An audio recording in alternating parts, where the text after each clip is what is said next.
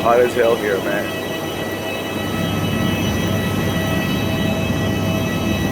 Riohacha, hot as hell.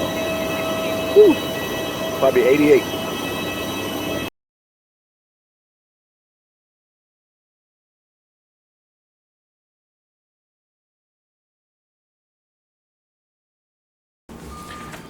Hello, this is Carlton with Carlton's Travel Adventures. Another beautiful day in Medellin.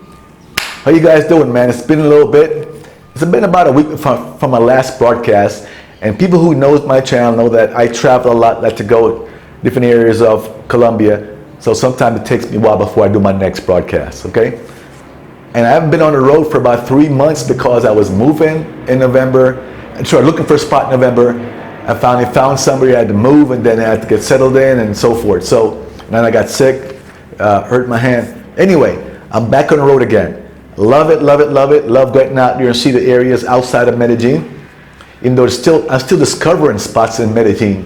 I'm going to do another tape about the government center that I haven't touched on and no one touched on, downtown. That's coming. I'm looking for next trip now to maybe Bahia Solano, so towards the border with Panama. So I'm getting ready to hit the road again. Love it, okay? Now, this trip I went to Riohacha, if I pronounce it correctly, for the pronunciation please. It's up by La Guajira, up there with the Wayuu Indians, indigenous Indians territory. Had a great time. I actually wasn't planning on going there specifically. I saw a good flight for 191 round trip on Viva, jumped on it, went. Okay, loved it, great experience. I suggest you guys give it a try.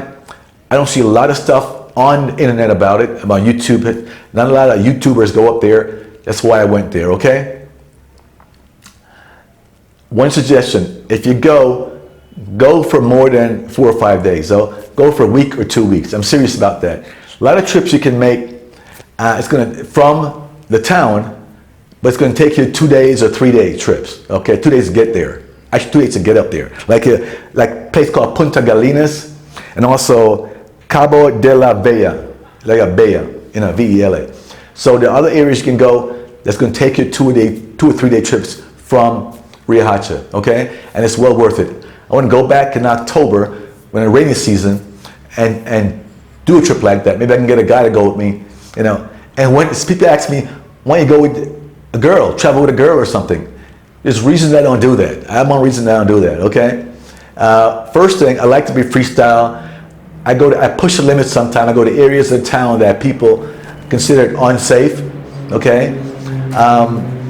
And I push the limit. And I don't want a female there to cause any more problems, okay? I want to feel as safe with a female.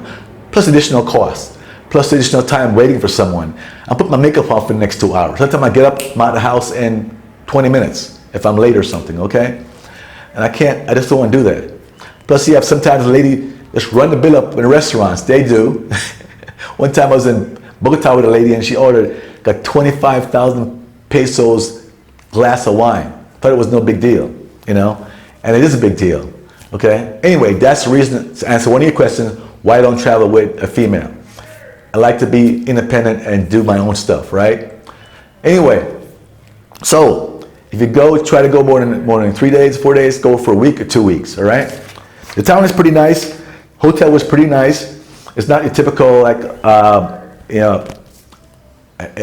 tower. It was more like a bed and breakfast, but it was really cool, okay? It's actually a hotel, really quaint. And I paid $27 a night, which is great for this hotel. A lot of security there. It was a really nice spot. I'll show it to you a little later. All right? And it was 4 or 5 blocks from the Malecon, the ocean. Ocean's beautiful. I love the ocean. People who know me know that I'm a big fisherman. Yes, big time fisherman. Been in Florida Sportsman magazine about 8 times. I had 2 articles written about me in Orlando Sentinel. Full page articles. Okay, won't go there right now, but I love to fish. And I'm a great fisherman. So when I go to the ocean, I get, revitalized, okay? And I saw some guys fishing. They're catching some robalo, or we call it snook. I've loved to fish for snook in Florida. My favorite pastime in Florida is fishing for robalo or snook. I fished it for hours. And one of my dreams at retirement is to live on the ocean so I can fish all day, like 4 days a week, 6 hours, 7 hours a day. I'll fish some time in the morning, then come back at night and fish again, you know. That's my dream, that still is my dream. But let's see what happens next year if I go to Cartagena or somewhere else, you know, so I can get that out of my system to fish. Okay, so beautiful, you know, typical beach town where you have the restaurants and bars on the Malecon. A little pricier, but it wasn't too bad. Average meal cost me about 25,000 pesos with tip, which wasn't too bad. And the Wayuu people there are known for these bags right here. People come from all over to buy these bags. Actually, the owner of the hotel was telling me that he has a guest that come here twice a year, two of them, and they'll buy up to 5,000 of these bags. 5,000 and resell them on the internet, you know. And I didn't buy one. I know people asked me to buy one two for them. The problem was the space, you know. With Viva Colombia, you're allowed one backpack. You know, I traveled with one backpack, and there's no space. It's packed to the hip. It's packed, including my camera. Nowhere to put anything else, you know. But I don't buy trinkets. I used to buy a lot of trinkets when I go on these trips. You bring them back, you never use them. And you throw them out when you move, you know. So I don't see myself carrying around Medellin with one of these bags, okay? Just hanging on the wall as you forget it. You know, although 3 girls ask me when they see it on the status and WhatsApp, buy one of these for me, buy one of these for me. No, no thank you. Anyway, if you like these bags, they're good to souvenirs, buy one yourself one. You have to learn about the quality. The owner from the hotel was telling me they have different qualities. One of the best ones made out of goat hair. That's supposed to be the best quality and all this stuff, and some are single thread and double threads. Okay, so it's great. Also walked down the beach and saw the fishermen brought the catch in. They were catching these stingrays, so I saw them catch that one day. They were, I think that's the name of this, they're cow-nosed stingrays, you know, with the kind of 2 eyes here. I really don't kill stingrays when I fish. You know, I release them, you know. They don't do any harm to people. That can be actually really friendly. If you've ever been to the Cayman Islands, they have actually a place called Stingray City. You go in the water and play with the stingrays, and they really don't harm you, okay? They can be very dangerous if you step on them when you're fishing. That tail comes over and sticks you, and it can kill you, okay? Well, it will poison you. We don't say it can kill you because a famous person got killed by one of these big stingrays. It stabbed him right in the heart, you know, and he died, okay? Got his name from Australia. Anyway, so they're very dangerous if you get stuck the wrong place with the sting, okay? Anyway, so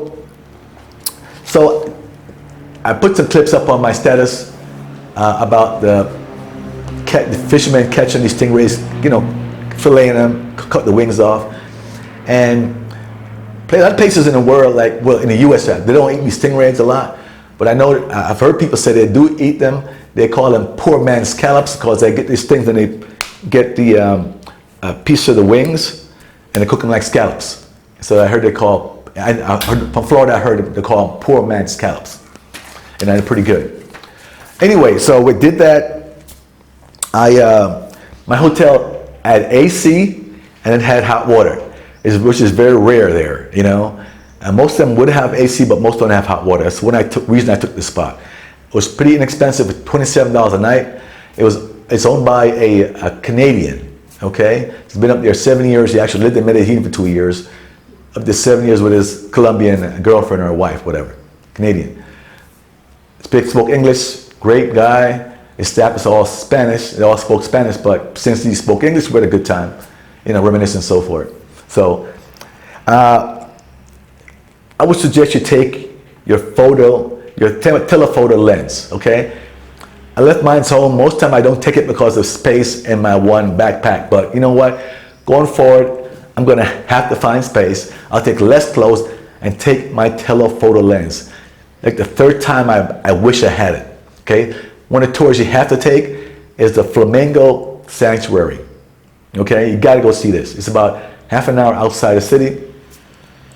Only problem is this time of year, it's the summertime and they haven't had rain in about 2 months. The place was dry. It just really dried up, and the lagoon was kind of low, okay? Really low. So there wasn't that many flamingos there. A lot of other birds, but not that many flamingos. We had to go searching at this still island where like a sanctuary for the baby flamingos were. Probably see all 50 of them there. Then they brought me to the beach and showed me offshore. They had about 50 offshore, about 200 yards way offshore. Wish I had my telephoto lens to see them way offshore, you know. So a lot of birds, but not a lot of flamingos. So he said, come back in October when it's the rainy season. You're gonna have a problem with rain, but it said the rain for an hour or so, then it stopped. But the lagoon will be full of water, and you'll see a ton more flamingos, okay? So, okay, they also had the, I'm gonna talk you real quickly and show you, this first video is gonna be mostly about, you know, my experience here, what I saw, and then maybe some videos about the carnival. Obviously it was carnival, and about 6 o'clock at night, sun started to come down, bam, you hear this noise coming, the carnival came, okay? It was great, a lot of good videos from the carnival. The best part, I thought, you know, the funny part is, guys always ask me about women, or there are a lot of women there, you know. You'll find one or two beautiful women in the city, but like I've seen this happen a lot. Whenever there's a carnival, you see a ton of them. Like, where did they come from? Where were they all day, you know? I guess they're all working or something, or they're sitting inside. But you'll see one or two here or there, daytime when you walk around and go to the beaches, etc. And then when there's a carnival, they see them come out of the woodwork. Same thing I saw in Quibdo, you know. A lot of them though there. Older women too, you know, at 40s, 30s, you know, younger. A lot of beautiful women dressed really nicely for the carnivals, you know. You don't see them in the daytime, okay? But they're there, okay? And I love the dress that these Indians wear, okay? I forgot the name of the dress. Oh man, if you guys remember it, sorry. This beautiful long dress that goes down to the ground with embroidery right around here. I've written down somewhere. I'm gonna remember it with another tape. I'll tell you what it is, okay? A certain name for it. A lot of them come from India, you know.